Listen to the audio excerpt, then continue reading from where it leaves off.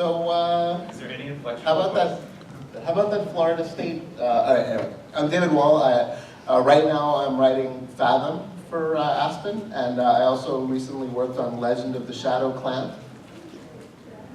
And sitting on my right is Mark Roslan, who is a designer at Aspen, and also the writer of BubbleGun. Thank you. Your new thing. And next to him is Beth Sotelo, who colors my book Fathom. She does an amazing job, by the way. I'm really happy with the work that she does. I have to say that. And she has her own project, Grump, that she might be talking to us about a little bit today. And on her right, which is your left, is J.T. Krul, writer of Soulfire and writer of a book, the first novel that The Lost Spark, which is a novel that Aspen put out last year. I'm going to say people make fun of me. They say that I say a lot, and I find that it's true. Thank you. I'll hand it over to Frank now. Man, I've never missed Peter more. We normally start by saying aloha. It's like you've never done a battle before. So take over. I don't think we have enough people to do aloha. You guys want to do aloha? Yes, we have to. Okay.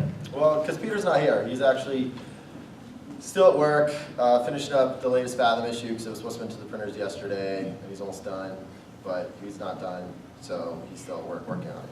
So that's why Peter's not here to entertain you guys with all his funny jokes, because he thinks they're funny. But since because Peter's from Hawaii, and aloha means I love you, goodbye, hello, all that good stuff, we always do aloha. And I know it's super early, and I know we don't have a huge crowd because it's still early and not a lot of people are here. But let's do the aloha for Peter, that way when he asks if we did it, then I'll be like, yes, we did. So on the count of 3, a big aloha to wake everybody up. Ready? 1, 2, 3. Aloha! Come on, one more time. One more. You guys do it too, by the way. You're not out of the. Everyone does the aloha. There's no age. One more time, one more time. Ready? 1, 2, 3. Aloha! Thank you. No reverberation. All right, well, welcome to the Aspen panel. This has been a very crazy year for us, 10 years of Aspen Comics. We're at the tail end of our con season. This is our 21st convention. We've been to tons of places this year, met a lot of great fans, hung out with a lot of great people, and now here we are with you guys. Happy to be here. This is our 3rd year here at Comikaze. My first. A lot of cool stuff. Your first? You want to hear this? Sorry. But 10 years for Aspen. We put out a ton of good books this year, which I'll go through quickly, show you a whole bunch of good stuff, give you some information of some stuff coming up for 2014, and then we'll sit up here and blab and do some Q&A and just have some fun.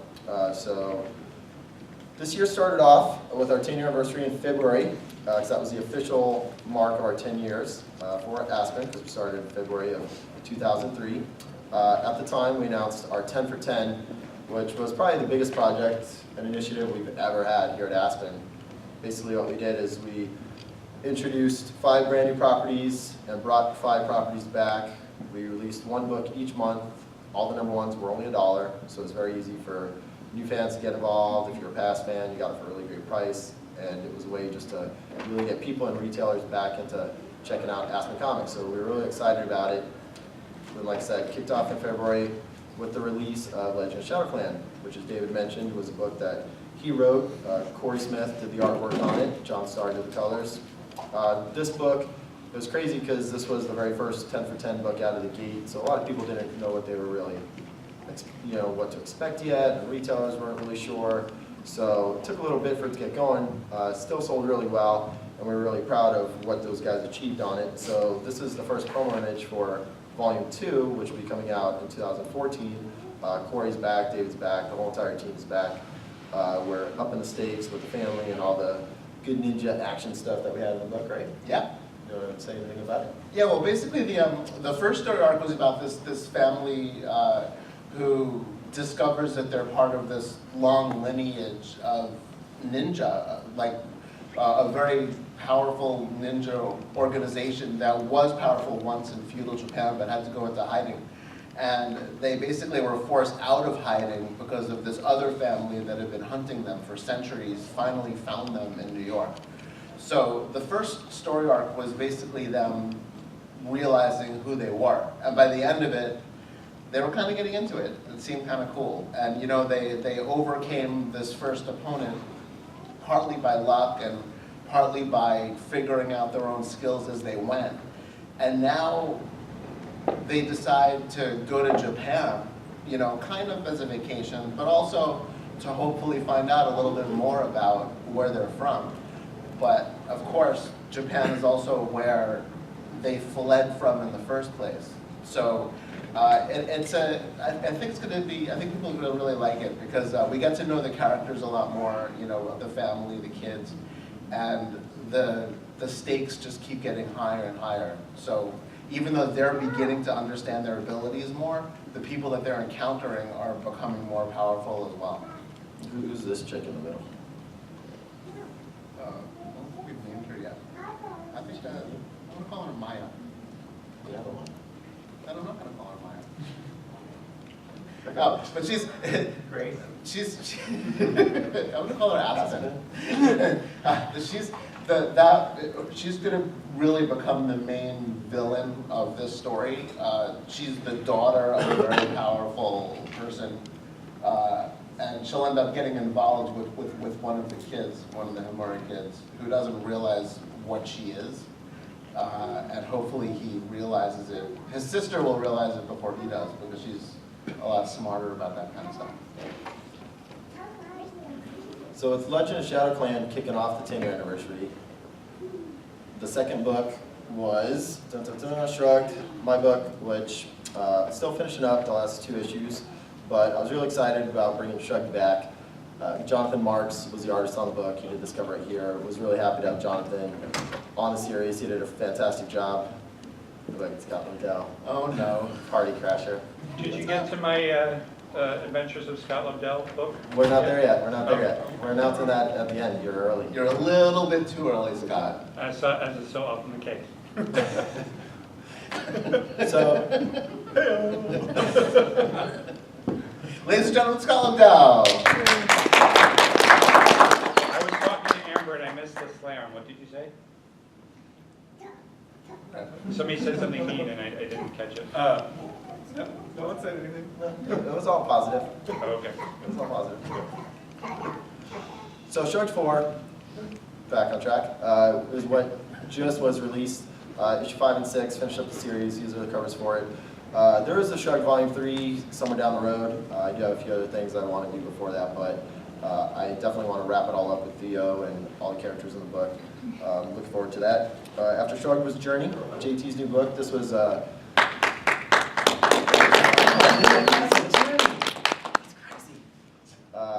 right, here, you take Jirni. You take Jirni. Yeah, we just finished up the first round of Journey. It's just a big, old, classic fantasy adventure story about a princess named Ara who's on a major quest through the uncharted world she's never really known to find a sorcerer who kidnapped her mother. And there's a Arabian folklore motif and there's a genie motif that runs throughout it, and it kind of ties into who she is. And the first round came together great with Paulo Pantaleno on art and Brett One Smith of the on nicest colors. guys you could ever meet. Yeah, and it looks really great, and the response has been really popular, and so we are actually going to have Journey returning for Volume 2 next year, which I'm really excited about. I've already written the first issue, and the whole goal of this was in Ara was to create just a really strong heroine that could go out into, just have these amazing adventures, like really harken back like Red Sonja or Conan, where it's all about the adventure and the people she encounters along the way. And that's what we're really going to do with Volume 2. It really just kind of amps everything up and gets her out into just even even the further reaches of the world that she's still discovering. Here's the promo piece for Volume 2. It's going to be awesome. I mean, Paolo's going to go nuts on this book. All new characters, a whole bunch of new creatures and everything. It should be a whole lot of fun. This will be one of the earliest books that we release next year in 2014. The fourth book in 10 for 10 was Charismagic, which unfortunately Vince isn't here to talk about, so we'll just skip it. He's not here. But actually Vince is sick, so he wishes he was here. But Charismagic, this is volume 2 of his story. He's having a great time with this book. It's actually all done for volume 2. I know he also does have volume 3 in mind to kind of finish and get everything complete with all the characters and everybody that he's introduced. But if any of you guys have checked it out, the Death Princess returned, spoiler alert, she came back and everything. Don't tell anyone, Scott. I'm tweeting right now. The cover was kind of a giveaway, right? Yeah, exactly. After Charismagic was BubbleGun. BubbleGun was Mark's creation, so I'll let Mark take over BubbleGun. BubbleGun's a sci-fi, cyberpunk-ish type story. I wanted to do a crazy Mission Impossible heist story, but it takes place in the future where this team of cyber thieves break into this big technology conglomerate, and they end up stealing this mysterious box. And it turns out to be more than they can handle. So the whole town or the whole city is basically out to get them, and they have to get help because the team's falling apart. And they start losing some of their members, and they have to pull together with some unlikely friends and try and get things back to normal. It's a crazy, fun story. It's a weird sci-fi adventure. So if you like, big time action like Danger Girl or Mission Impossible or Blade Runner and things like those, then I think you really like BubbleGun. Yeah, Mike Bowden is the artist who worked on this title and is finishing it up for us. And his art, obviously very reminiscent of like a Joe Mad type style. It's very kinetic, high energy. So this whole book is just completely action-packed.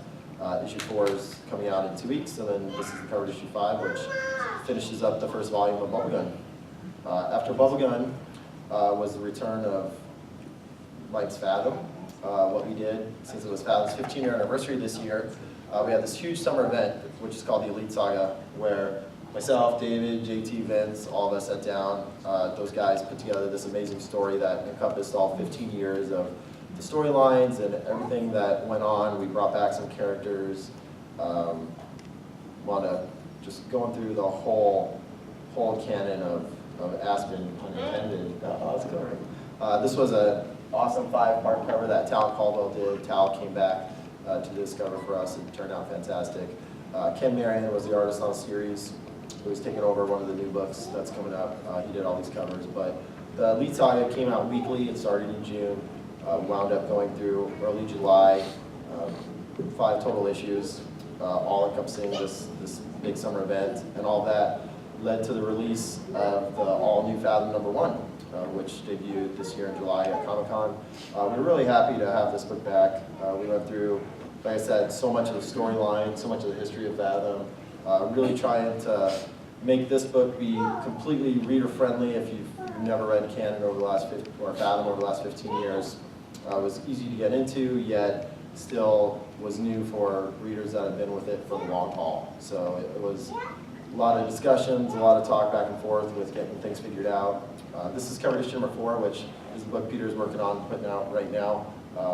Brand new Mike piece that this was a commission he had done for one of our good friends years ago, so we wound up using it as a cover. So be on the lookout for that because it's the actual first new Mike Fathom piece in a really long time. And then we brought back the whole Fathom teams from past books. We brought back Coy Turnbull, Ali Garza, and then the new team of Alex and Beth. And Alex and Beth. Art team. Art team. Team.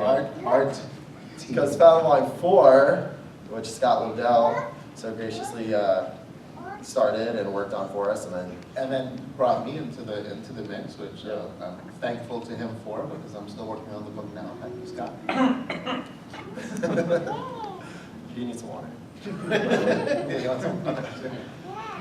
Alex and Beth did such a great job on Volume 4 with Scott and David that they're the ones working on the All New Fathom 5, Volume 5 for All New Fathom. And Beth, I want to ask, so are you still enjoying working on Fathom after all these years? Yeah, I love it. It was, I thought when I first walked into Top Cow like in 2000 that I'm going to be working on Fathom. Like, move over to J.T. Smith, and it took like, what, 10, 12 years, and I'm finally on Fathom. So. Wow, that's pretty cool. Yeah, I really enjoy it. Yeah, they're doing an amazing job. Fathom truly has never looked better since probably when Mike was on the book. So if you haven't been checking out the all new Fathom, please do so. Yeah, I gotta say, the work that Alex is doing is phenomenal. Every time he sends us a page, we're all like, whoa, that's really cool. It's really cool to see him grow as an artist. Overtaken was our next book, which is something I came up with, which is sort of my take on an alien abduction type story and what happens, sort of a sci-fi action adventure. Issue number 1's out. I'm definitely behind on issue number 2. We're hopefully finishing up that soon and cranking through the rest of the series. So stick with me if you picked up issue number 1, you liked it, because hopefully a lot of people did and a lot of people do. Tell us a So little about it. I gave the quick overview. If I tell any more, we'll kind of read the story. But basically it's about this husband and wife who wind up moving to a small town to help out her parents. It's a town that's known for people going missing, and supposedly they get abducted. The husband is a reporter from Chicago, and he just can't accept the fact that it's aliens taking these people. And without ruining too much, obviously his wife winds up going missing, and he just can't accept the fact of what the sheriff and everybody in the town is just telling him, well, she's gone. You know, there's too many missing people cases, missing persons, and we can't find her. He just can't let that go. So he winds up going on this, trying to unravel the mystery of what really happened to his wife and try to find her. And in the meantime, she's on this great big crazy adventure. And I don't want to go into too much more because it'll ruin some stuff, but it's basically their story of him trying to find her and her trying to survive, and then both of them trying to get home. So it should be a lot of fun. Definitely check it out, please, if you haven't, because There's a question from liking it. someone back there. Yes, If we guess the ending, will you tell us if it's right? totally. That's wrong. Sorry, gotta go. Executive Assistant Iris, which is, man, when did we debut Iris? 2004, 2005? A long time ago, right? That's way long ago. It was like 2009. 2010, 2009. 2009. Okay, well, Iris has been around quite some time now. We're on volume 4. This was also one of our 10 for 10 books, which David, he was doing a lot of stuff. So Brian Bucciolato, who actually works on Flash with Francis Manipool, he's one of our big buddies, friends with David. We share an office. They share an office, so Brian took over writing duties on this volume of Iris. It just came out actually 2 months ago. We're on issue 3 right now, is what comes out in 2 weeks. Really glad to have this back. Pasquale Colano has been working on the art, doing a great job. The whole book's really coming back together with basically focusing on Iris, because for a while there we did a whole bunch of different mini-series and whatnot where we introduced a whole bunch of different executive assassins, and the story wound up getting really big, which was cool, but it also sort of lost focus on Iris. So what we were doing with this story is basically coming back to the roots of her and basically telling a more grounded story that basically just pertained to everything going on with Iris. So it's been turned out really great so far. Really excited with the turnout. A lot of people are really digging it. This is cover issue number 2. All the other issue covers coming up right here. And this will be coming out through the fall. Issue 4 has 4 connecting covers. We've done that with several of the number 4s where they all connect and everything. Trish Out of Water, our most recent 10 for 10 book, created by Vince Hernandez, which this takes place in the Fathom universe. It doesn't really pertain to Aspen and all the other characters, but it's set in that world. So he's having a lot of fun, basically taking some of those aspects of Fathom and sort of interweaving it into Trish, yet still telling his own story about her. She's in high school and goes through all these problems with her parents and her friends and everything, yet still discovers she has these types of water powers. So definitely in the vein of Fathom, but a very different type of story. So check it out if you haven't. Vince is really channeling his inner teenager, getting that book out with all his hip phrases and stuff. So he's really liking it. All the jargon. Yes, yeah. It's productive. Yes. And then, to end the 10 for 10, ending on a high note, all new Soulfire. This is also 10-year anniversary of Soulfire. This has been a big year for us, 15 years for Fathom, 10 years for Soulfire, and 10 years for Aspen. So Soulfire, we actually debuted issue number 1 here early at the con. It's 2 weeks early because it's not in stores until next Wednesday, not this Wednesday, but next Wednesday. So we debuted a con exclusive cover here at the show. But all new Soulfire. Once again, me and JT were going over the story. I'll let him take over for a second, but we were trying to really just get it back to the roots of Mal and Grace and all his friends and everything, right? Yeah. Yeah, it seems like with the Soulfire volume, we kind of alternate between like the focus of the worlds and the story. And the volume 4 was our biggest volume yet, and it really struck to the core of magic in the universe and like the creation myth, if you will, of everything that's in the Soulfire universe. And so what we wanted to do for the all new Soulfire is kind of center it more around Mal and more around the modern futuristic world. So we focus more on the core characters of Mal and PJ and Sonia and Grace. And there's kind of there's kind of 3 storylines, if you will, kind of moving through as we jump into volume 5. But and we got Ken Marion, who Frank mentioned earlier, the Fathom Elite Saga. He instantly jumped to the top of the list as soon as we started seeing his Fathom stuff, because he just had a really great flair in his artwork, and we thought it really harkened back to Mike's stuff, and we really wanted to celebrate that moving forward with this volume. So we're getting pages now for the newer issues, and this stuff just looks great. It's just a lot of fun. There's cybernetic, like battle royale arena competition thing going on. Grace is there. There's several new characters that come into the fold. Takes place in Paris. A lot of it does. So just kind of going to another spot of the globe, because we like to go to different places in the Soulfire universe. And it's a lot of fun. It's been a really great time, like kind of bringing this new turn of the Soulfire universe, bringing it to life. Here's your very first look. We just got this cover yesterday. This is the cover's the Soulfire number 4. Ken did this really huge, awesome piece with all the new characters, all the old characters, everybody from the storyline. He's doing an incredible job, as JT said. It was a really quick, funny story when we were at the New York Con a couple weeks back. Ken's from New York, and he's there, so we were hanging out with him, and he got asked to do, I forgot, it was Hyundai or someone brought in a car for artists to draw on and do sketches, right? So Ken did a sketch on the side of the car, and he did Grace. And 2 of our lifelong Aspen fans who are really close with us and everything were heckling him because they thought he was ripping off Mike's art because he draws similar to Mike, and they didn't know that he was working on the Soulfire book. And they were heckling him while he was drawing because they're like, that looks like Turner, blah, blah, blah. They were getting upset because they were such good friends with Mike and everything. They thought that Ken was trying to rip Mike's style off. So then when they came over to the Aspen booth a while later, and he's like, oh, we gotta tell you something. We saw this artist earlier drawing this, and look, check it out. And we're like, oh, that's Ken, he's doing the new Soulfire. And they're like, oh my God. They're like, we gotta go apologize to him and everything. And because he definitely does draw similar to Mike. That's never something we purposely look for or anything, but we've known Ken for several years now, and we knew Mike was always one of his biggest influences. So as he's been drawing, he's sort of trying to incorporate, that feel. So when you do pick up Soulfire, as JT said, it'll be probably the most reminiscent of Mike's stuff ever, just because he's specifically, working towards that, yet still incorporating his own style. So even now with this issue 4 cover montage that he did, I can see a huge difference from his issue number 1 stuff to this, just because his art's just starting to take a life of its own. So definitely check it out, because if you like the original Soulfire, I think you'll really love this volume. Yeah, and other than Mike's original stuff, I think he draws the best Sonia that I've ever seen in Soulfire. Like, especially in the first issue alone, you'll see just her facial expressions and stuff. Like, it's pretty stunning stuff. Executive Assistant Assassins. This was a book that we spun out of Executive Assistant Iris. This was our first ongoing title at Aspen.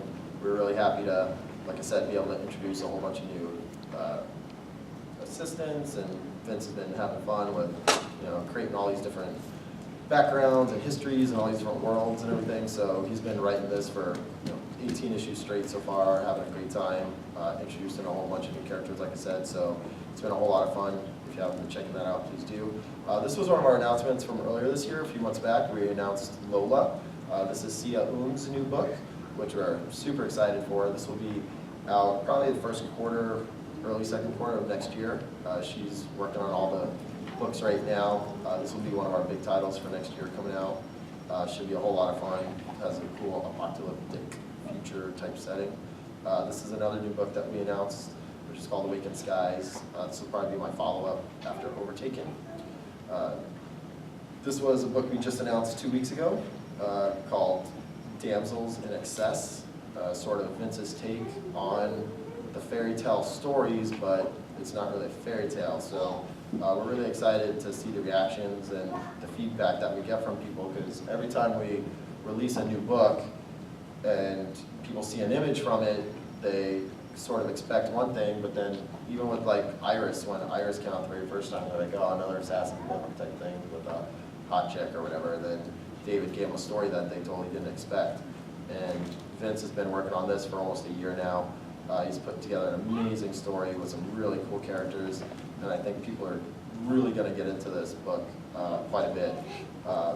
We're getting all this work done now. These are a lot of the different character designs, so it should be a whole lot of fun. We also have Fathom County coming back. That will be after this current Fathom volume wraps up, so that'll be a whole lot of fun. Look forward to putting County in some whole new adventures. These are a whole bunch of different books that we put out in the past, Broken Pieces, Mark's book prior to BubbleGun, Dead Man's Run, which we worked on with Gail and Herndon, Greg Pak, Delic. The reason all these are in here, Idolized, we're going to be next year really focused in on getting a lot more trades out. We haven't done a very good job of that in the past, and that's just something that can't happen. So we're going to really start supporting all these cool new books that we've put out with a lot more trades. That way, if you pick up volume 2, you'll be able to get a volume 1 trade or whatever. So we're really excited to have 2014 be like the year of the trade and get a whole bunch of new stuff out there. Speaking of new stuff, Zoo Hunters, which seems like Peter's been working on forever now, but this is something we're really concentrating on clearing Peter's schedule now that the 10 for 10 stuff and all the parts that he's involved with in that is kind of coming to an end. So he'll be able to concentrate on getting Zoo Hunters done. He has this gigantic galaxy spanning story to tell you guys. Ideas that I don't even know where he thinks of this stuff, but they're coming 2014, should say 2014, but that'll be on the way, and I promise you that'll look like nothing else on the stands. He's gonna just blow it out of the water, so really excited. Lost Spark, this was our first novel that we released earlier this year. We're really gearing up to become more encompassing as a company, not just put out comics, but really get some more ancillary products out there, novels, clothing, all that good stuff.